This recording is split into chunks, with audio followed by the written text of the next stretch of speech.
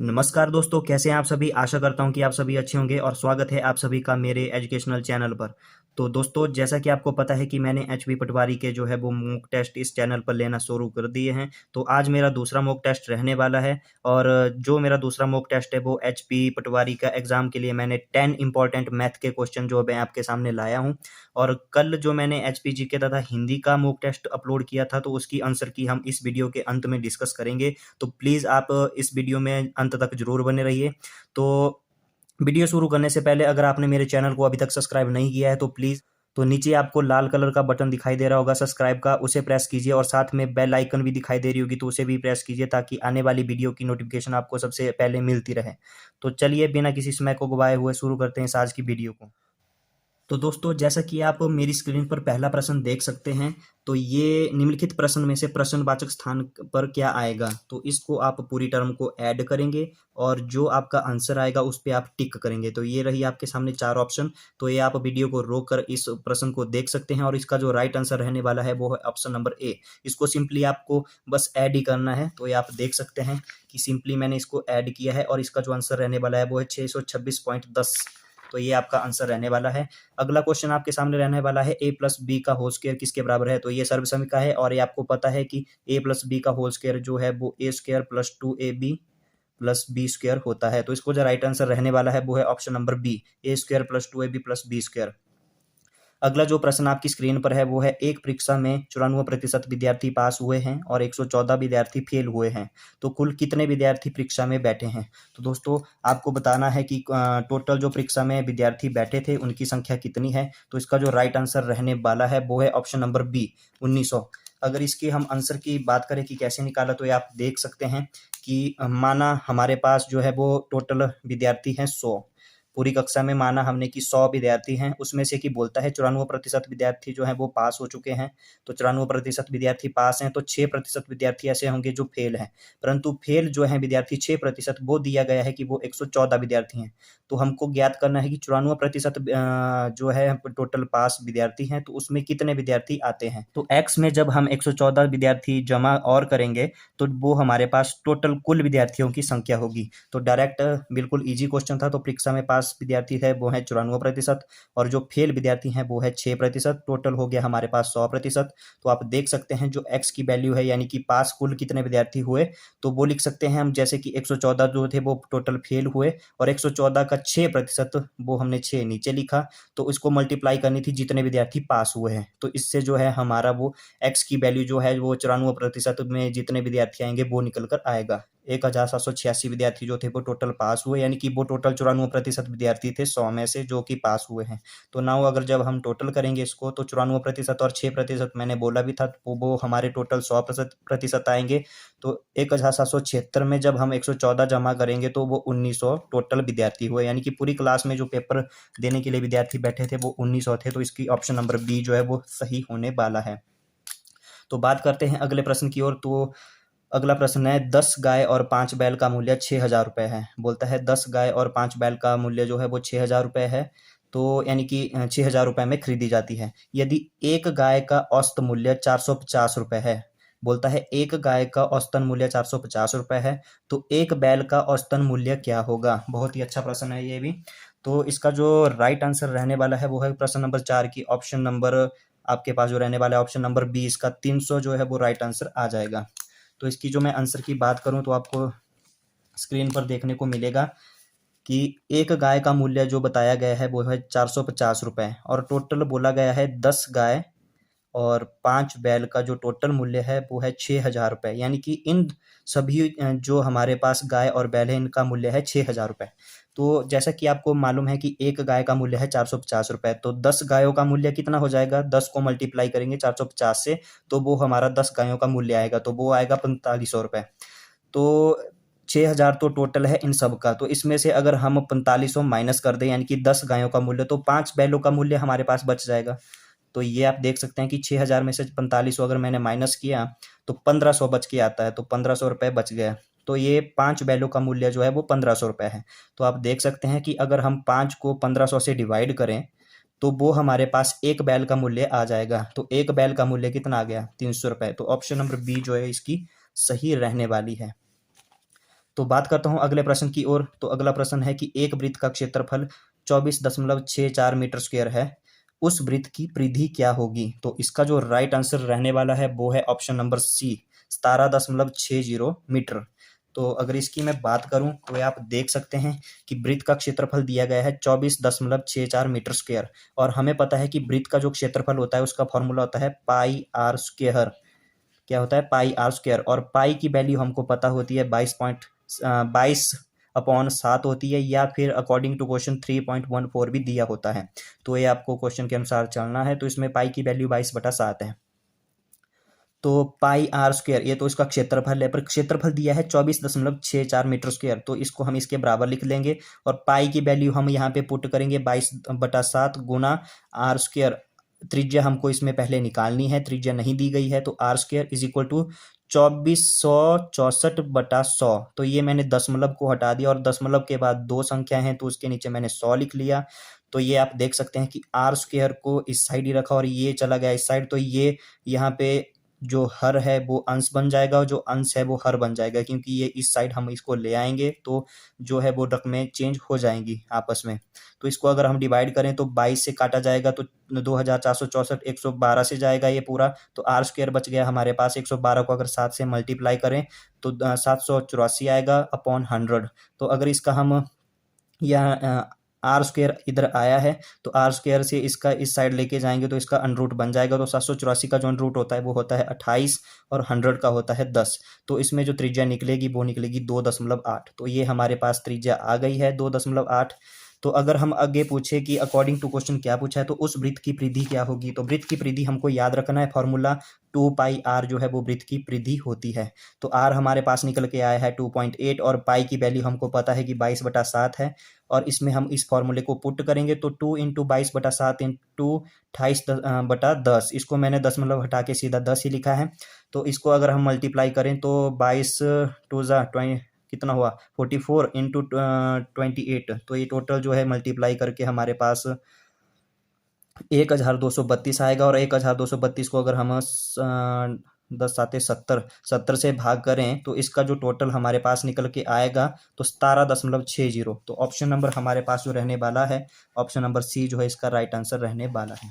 अगला प्रश्न बोलता है कि राम और राहुल की आयु का अनुपात क्रमशः 8:15 वर्ष है। 9 वर्ष बाद उनकी आयु का अनुपात कितना हो जाएगा? तो बहुत ही मज़ेदार प्रश्न जो ये रहने वाला है। तो इसका जो राइट आंसर रहने वाला है वो है ऑप्शन नंबर डी, 21 वर्ष का अंतर जो है उन दोनों की आयु में रहने वाला है। तो ये आप देख सकते हैं कि राम और राहुल की आयु का अनुपात दिया है 8:15। इनकी जो है प्रॉपर आयु नहीं दी गई है, तो हमको पहले इनकी आयु निकालना पड़ेगी कितनी कितनी इनकी आयु है। तो माना राम और राहुल की आयु का अनुपात, इसको हम x के साथ डिनोट करेंगे, 8x अनुपात 15x। तो अनुपात को हम कभी भी लिखते हैं तो बटे में लिखते हैं, तो 8/15 आएगा। तो ये हमने लिख लिया कि अकॉर्डिंग टू क्वेश्चन जो बोला है वो इनका अनुपात लिया गया है, परंतु अकॉर्डिंग टू क्वेश्चन अगर हम बात करें तो 9 वर्ष के बाद उनकी आयु का अनुपात अभी 9 वर्ष के बाद होने वाला है। तो यानी कि जो उनकी आयु है उसमें अगर हम 9 जमा करेंगे तो वो उसके स्टेटमेंट के अकॉर्डिंग बन जाएगा। तो 8x + 9 upon 15x + 9 is equal to कितना हो जाएगा? 9 वर्ष के बाद तो होएगा अनुपात, तो वो होगा 11:18। तो 11:18 जो है वो 9 वर्ष बाद होगा, जितनी उनकी अभी आयु है। तो अभी आयु का हमें पता नहीं है, तो बस ये हमारे पास जो है एक क्वेश्चन तैयार हो गया है इधर। तो इसको हम सॉल्व करेंगे। तो ऐसे प्रश्नों को जब सॉल्व किया जाता है तो जो इस साइड अंश और हर होते हैं उनको इनके साथ जो है मल्टीप्लाई करते हैं। जो 18 होगा उसकी मल्टीप्लाई ऊपर होगी और 11 की मल्टीप्लाई इसके साथ होगी नीचे वाले के साथ। तो 8x + 9 मल्टीप्लाई करेंगे इसको 18 से is equal to 15x + 9 into 11। तो इसको हम सॉल्व करेंगे तो 18 8 144x plus 18 9 162 is equal to 11 और 15 को मल्टीप्लाई करके 165x और प्लस 11 को 9 से मल्टीप्लाई करके 99। तो अब x वाली टर्म एक साइड और जो बिना x वाली है वो एक साइड। 165 से अगर 144 गए तो 21x आएगा, और 162 से अगर 99 को माइनस करें तो 63 आएगा। तो ये आप देख सकते हैं कि x की वैल्यू निकल के आएगी वो 21 चला जाएगा इसके नीचे, तो 21 से अगर 63 काटा जाए तो 3, तो x की वैल्यू आई 3। अब हम देखेंगे कि इनकी जो प्रॉपर जो आयु है वो कितनी है, तो 8x बताई गई थी राम की। तो 8 को अगर 3 से मल्टीप्लाई करें तो 24 जो है वो राम की आयु है, और राहुल की आयु जो निकल के आएगी वो 15 को अगर 3 से मल्टीप्लाई करें हम तो वो 15 3 45, तो 45 वर्ष जो है वो राहुल की आयु है। अब पूछा है कि इन दोनों की आयु में कितना अंतर है, तो 45 से आप सिंपली 24 को माइनस करेंगे तो 21 वर्ष जो है इनके बीच अंतर आ रहा है। तो इसकी जो राइट आंसर रहने वाला है वो है ऑप्शन नंबर डी। तो अगला जो प्रश्न है, किसी संख्या का 1/4 17 है, उस संख्या का 45% क्या होगा, तो इसकी जो राइट ऑप्शन रहने वाली है वो प्रश्न नंबर 7 की ऑप्शन नंबर डी रहने वाली है, 30.6। तो ये रहा आपकी स्क्रीन पर इसका आंसर। तो जैसा कि ये बोल अकॉर्डिंग टू क्वेश्चन, किसी संख्या का, मान लो वो संख्या होगी x, कोई संख्या है वो है x, तो उसका संख्या का 1/4, तो बोलने का मतलब x का 1/4 जो है वो 17 है। तो ये देखिए 17 है, ये मैंने अकॉर्डिंग टू क्वेश्चन ही लिखा है। तो आप सिंपली इसको देख सकते हैं कि इस प्रकार का जो परसेंटेज वाला क्वेश्चन रहता है तो x का, इसका मतलब होता है x गुणा 1/4, x का जो मतलब है उसका मतलब है x गुणा 1/4, और जो कितना है वो दिया गया है 17। तो ये हमारी पहली स्टेटमेंट तो क्लियर हो गई। उस संख्या का, अब ये जो टोटल पूरी संख्या बनी तो उस संख्या का मल्टीप्लाई करके उस संख्या का 45% क्या होगा, तो इस संख्या का ये जो 17 है और ये पूरा इसका जो है वो 45% क्या होगा, तो 45% को हम 45/100 भी लिख सकते हैं। तो ये हमारे पास एक पूरा प्रॉपर क्वेश्चन बनकर आ गया है। अब इसको हम सॉल्व करेंगे। तो ये आप देख सकते हैं कि ये जो 4 है इसकी मल्टीप्लाई 17 के साथ हो जाएगी इस साइड, क्योंकि ये हर में है तो ये इधर जाके मल्टीप्लाई में हो जाएगा। तो आप देख सकते हैं कि 17 चौके कितना होगा 68। तो x इज इक्वल टू, यहाँ पे x को x के साथ मल्टीप्लाई करेंगे तो x ही आएगा। तो 17 को 4 से किया तो 68 इंटू 45/100। तो आप देख सकते हैं इस साइड, तो x is equal to 68 into 45/100। अगर इसको हम काटें तो आप ये देख सकते हैं, इसको पूरा काट के हमारे पास जो आंसर रहने वाला है वो है 30.6। तो ये हमारे पास इसका आंसर रहने वाला है और इसकी ऑप्शन नंबर डी है जो राइट आंसर है। तो अगला जो प्रश्न रहने वाला है वो है, एक साइकिल पहली 35 किलोमीटर की दूरी 45 मिनट में पूरी करती है तथा बची हुई 69 किलोमीटर की दूरी 75 मिनट में पूरी करती है, तो साइकिल की औसत गति क्या है। तो टोटल जो हमको वो औसत गति इसकी निकालनी है साइकिल की। तो ये इसकी जो राइट आंसर रहने वाला है वो है 52 किलोमीटर प्रति घंटा, ऑप्शन नंबर सी। तो इसको अगर हम देखें तो साइकिल पहली दूरी, मान लो D1 डिस्टेंस उसने जो है 35 किलोमीटर कितने समय में पार किया, 45 मिनट में पार किया। और बोलता है कि जो D2 यानी कि दूसरी जो यानी कि दूरी है वो 69 किलोमीटर है और कितने समय में 75 मिनट में पार करती है। तो उसकी जो औसत स्पीड है यानी कि गति है वो हमको निकालनी है। तो हमको पता है कि जो स्पीड का फॉर्मूला रहता है वो रहता है डिस्टेंस अपॉन टाइम, दूरी बटा समय इज इक्वल टू गति, ये इसका फॉर्मूला रहता है। तो हमको ये गति निकालनी है। तो सबसे पहले स्पीड अगर हमको निकालनी है इस साइड, औसत गति जो निकालनी है तो उसका फॉर्मूला रहने वाला है इधर D1 प्लस D2, इन दोनों डिस्टेंसों को ऐड करेंगे और ये जो दोनों टाइम है इनको भी ऐड करने वाले हैं हम। तो ये देख सकते हैं आप, 35 जमा 69 हुआ 104 किलोमीटर और 45 प्लस 75 जो टाइमिंग आई वो आई 120 मिनट। हमको पता है कि 1 घंटे में 60 मिनट होते हैं तो 120 मिनट में आ गए 2 घंटे। तो ये हमारा पूरा प्रश्न जो था वो बिल्कुल यही था, इसको समझने की बात थी थोड़ी सी। तो ये आप देख सकते हैं कि 104 किलोमीटर पूरा जो है डिस्टेंस हमारा कवर हो गया और 2 घंटे पूरा हमारे पास टाइम आ गया। तो इस 2 से सिंपली इस 104 को डिवाइड करना था। तो यहाँ पे 52 किलोमीटर प्रति आवर घंटा जो है वो उसकी औसत गति रहने वाली है। तो ऑप्शन नंबर जो है वो सी इसका राइट आंसर रहने वाला है। अब अगला जो प्रश्न है आपकी स्क्रीन पर वो है, शंकु का आयतन ज्ञात कीजिए। तो ये आपको सिंपली शंकु का आयतन बताना था, जो कि इसका option number B 1/3 pi R square H जो है रहने वाला है। तो दोस्तों ये रहा इस मॉक टेस्ट का अंतिम प्रश्न। एक आपके पास एक एपी एक श्रेणी दी गई है 3, 8, 13, 18 और आगे तक शो ऑन। तो इसका कौन सा पद जो है वो 78 है, यानी कि जैसे कि ये मान लो ये पहला पद है, ये दूसरा, तीसरा, चौथा और वैसे ही आगे तक जो है, यानी कि जो मतलब 78 तक, यानी कि ये कंटिन्यू चलते रहेंगे संख्या। तो आपको बताना है कि कितनवां पद है जो कि वो 78 है, यानी कि कौन सा जो पद है उसकी वो संख्या जो है वो 78 है। तो ये आपको एक होमवर्क के रूप में आपको ये प्रश्न देता हूँ। आशा करता हूँ कि आप इस प्रश्न को जरूर हल करेंगे। अब जो कल मैंने एक मॉक टेस्ट अपलोड किया था, अब मैं उसकी जो है वो जल्दी से आपको आंसर की बता देता हूँ। तो ये रहा आपकी स्क्रीन पर वो कल का मॉक टेस्ट। तो इसमें जो पहला प्रश्न था वो हिमाचल प्रदेश राज्य का सबसे कम वर्षा वाला जिला कौन सा है। लाहौल स्पीति जो जिला है वो हिमाचल प्रदेश का सबसे कम वर्षा वाला जिला है। टू की अगर बात करें तो वर्ष 2007 से पूर्व जो है वो एचपी का राजकीय पशु कौन था।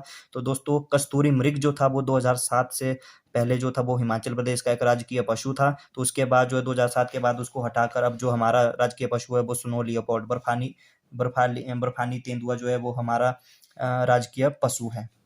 तो प्रश्न नंबर 3 की अगर मैं बात करूं तो हिमाचल प्रदेश की पूर्वी सीमा किन दो देशों के बीच जो है वो अंतर्राष्ट्रीय सीमा बनाती है। तो दोस्तों आपको पता होगा भारत और तिब्बत के बीच जो है वो एचपी की पूर्वी सीमा के बीच जो है जो दो देश हैं वो भारत और तिब्बत है जो कि अंतर्राष्ट्रीय सीमा बनाते हैं। ठीक है जी।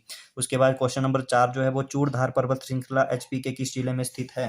तो दोस्तों जिसका क्वेश्चन नंबर 4 का जो राइट आंसर रहने वाला है वो ऑप्शन नंबर बी, सिरमौर जिले में जो है वो चूड़धार पर्वत श्रृंखला जो है वो सिरमौर जिले में स्थित है। प्रश्न नंबर 5 जो रहने वाला है वो है महासू चोटी कहाँ अवस्थित है। तो आपको इसका पता ही होगा कि शिमला में जो है वो महासू चोटी हमारी अवस्थित है। तो प्रश्न नंबर 6 की अगर मैं बात करूं तो किस नदी का प्राचीन वैदिक नाम जो है वो कालिंदी है। तो दोस्तों आपको पता होगा कि यमुना का नाम जो है वो कालिंदी है। तो दोस्तों कमेंट सेक्शन में बताइए कि रावी, चिनाब और सतलुज का जो प्राचीन नाम है, वैदिक नाम है, वो क्या क्या है। तो अगले प्रश्न की अगर मैं बात करूं तो प्रश्न नंबर 7 की ओर बढ़ते हैं। तो चंद्रताल व सूरजताल नामक जिले एचपी के किस जिले में स्थित है। बिल्कुल इजी क्वेश्चन और बार बार पूछा जाता है। तो ऑप्शन नंबर बी जो है इसका राइट आंसर रहने वाला है। लाहौल एंड स्पीति में जो है वो चंद्रताल और सूरजताल झीलें जो है वह स्थित हैं। हिमाचल प्रदेश का एचपी का ग्रेट हिमालयन राष्ट्रीय उद्यान किस वर्ष राष्ट्रीय उद्यान घोषित किया गया।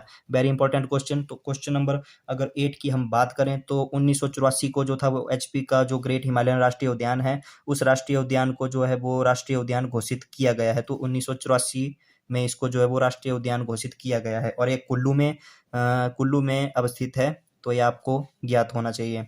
अगली जो प्रश्न है वो है भाखड़ा बांध परियोजना पूर्णतः कब निर्मित हुई थी। तो इसका जो राइट आंसर रहने वाला है वो है भाखड़ा बांध परियोजना 1963 में जो थी वो पूर्णतः निर्मित की गई थी। और भाखड़ा बांध जो परियोजना है वो किस नदी पर स्थित है। तो ये सतलुज नदी पर जो है हमारी अवस्थित है। तो ये भी आपको ज्ञात होना चाहिए। और नाथपा से झाकड़ी तक की सुरंग की लंबाई कितनी है। तो प्रश्न नंबर 10 जो आपके सामने रहने वाला है वो है ऑप्शन नंबर सी जो इसका राइट आंसर रहने वाला है। 27.8 किलोमीटर नाथपा से झाकड़ी की सुरंग की जो है वो लंबाई है। तो एचपीजी के हमारा कवर होता है। और रही हिंदी की बात तो आपको पता है कि हिंदी का प्रश्न नंबर 11 था वो है रात दिन में कौन सा समास है। तो इसका आप जल्दी जल्दी आंसर टिक कीजिए। तो इसका जो राइट आंसर रहने वाला है वो है ऑप्शन नंबर ए, द्वंद्व समास। तो अगली बात करें अगर हम तो 12 की सज्जन की संधि विच्छेद क्या होगी। तो ये बहुत ही सिंपल क्वेश्चन था। तो 12 का जो राइट आंसर रहने वाला है वो है ऑप्शन नंबर ए, सत जमा जन। तो आप देख सकते हैं कि सत जमा जन त के नीचे हलंत है। और ऑप्शन क्वेश्चन नंबर 13 की अगर बात करें हम काला घोड़ा में कौन सा विशेषण है। तो इसमें सिंपली आपको पता है कि गुणवाचक जो है इसमें विशेषण रहने वाला है। प्रश्न नंबर 14 से और 16 तक हमसे मुहावरे पूछे गए थे। तो बालू की भीत इस मुहावरे का अर्थ क्या रहने वाला है। तो इसका जो राइट आंसर रहने वाला है वो है ऑप्शन नंबर ए, शीघ्र नष्ट होने वाली वस्तु। जी हाँ, बालू की भीत शीघ्र नष्ट होने वाली वस्तु। पाँव में शनिचर होना। अगला जो प्रश्न है प्रश्न नंबर 15। तो इसका राइट आंसर क्या रहने वाला है। तो पाँव में शनिचर होना इसका जो राइट आंसर रहने वाला है एक स्थान पर स्थिर न रहना, ये इसका राइट आंसर रहने वाला है। क्वेश्चन नंबर 16 की अगर बात करें तो काटो तो खून नहीं। तो इसका जो राइट आंसर रहने वाला है वो है ऑप्शन नंबर बी, शर्मिंदा होना। अगली हम बात करें उच्चारण की दृष्टि से वर्णों के कितने भेद हैं। उच्चारण की दृष्टि से वर्णों के कितने भेद हैं। तो वर्णों के स्वर और व्यंजन 2 भेद हैं। तो ऑप्शन नंबर ए इसका राइट रहने वाला है। शुद्ध वर्तनी का चयन कीजिए। तो शुद्ध वर्तनी का चयन कीजिए। आपको पता है कि निरीक्षण कैसे लिखते हैं। तो न को छोटी की मात्रा, आर को बड़े की, र को बड़े की मात्रा और क्ष और न, निरीक्षण। तो ऑप्शन नंबर ए जो इसका राइट आंसर रहने वाला है। भाषा की सार्थक इकाई क्या है। बचपन से पढ़ते आ रहे हैं आप 5वीं क्लास से। तो भाषा की सार्थक इकाई रहती है वाक्य जो है वो भाषा की एकमात्र सार्थक इकाई है। और इसका जो अंतिम प्रश्न है भंगी का स्त्रीलिंग क्या है। तो भंगी का जो स्त्रीलिंग है वो है भंगिन। ऑप्शन नंबर सी जो है वो राइट आंसर रहने वाला है। दोस्तों आशा करता हूं कि आपको मेरा ये आज का मॉक टेस्ट और कल का जो मैंने मॉक टेस्ट की वो आंसर की अभी बताई तो ये आपको पसंद आई होगी। तो दोस्तों आशा करता हूं कि आपको मेरी ये वीडियो अच्छी लगी होगी। तो प्लीज़ इस वीडियो को ज़्यादा से ज़्यादा शेयर कीजिए और लाइक कीजिए तथा मिलते हैं जल्दी अगले नेक्स्ट मॉक टेस्ट में।